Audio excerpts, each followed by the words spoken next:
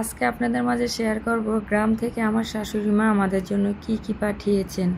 আসসালামু আলাইকুম, আপনারা সবাই কেমন আছেন? আলহামদুলিল্লাহ, আমি তো আপনাদের দয়ায় অনেক ভালো আছি। দেখতেই পাচ্ছেন আমার শাশুড়ি মা আমাদের জন্য কি কি পাঠিয়েছেন। যেহেতু আপনাদের ভাইয়া দেশের বাইরে থাকে, তাই এখন দেশে আসছে। মা তো চোখের সামনে যা পায় তাই দিয়ে দিতে মন চায়। এটার নামই হচ্ছে মা।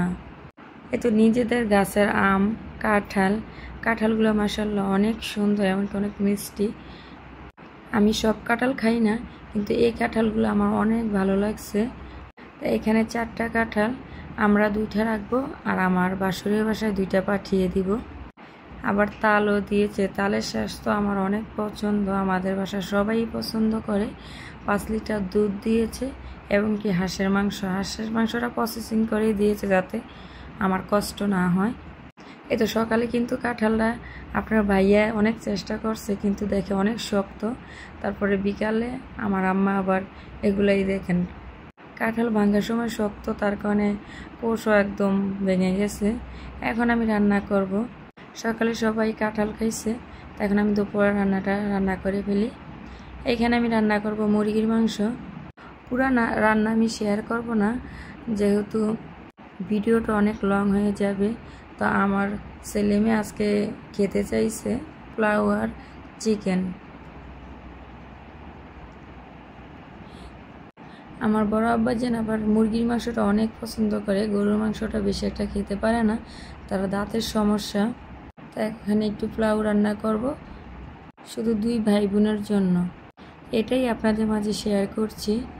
এখন আর আগের মতো ফেসবুকে সময় দিতে পারছি না, যেহেতু বাবু ছোট। তারপর আপনার ভাইয়া দেশের বাইরে থাকে, এখন দেশে আসছে, একটু ব্যস্ততা নিয়েই সব কিছু সামলিয়ে নিতে হচ্ছে। তার কারণে একটু সময়টা কম দেওয়া লাগছে ফেসবুকে। ইনশাল্লাহ আবার আগের মতো অ্যাক্টিভ হয়ে যাব।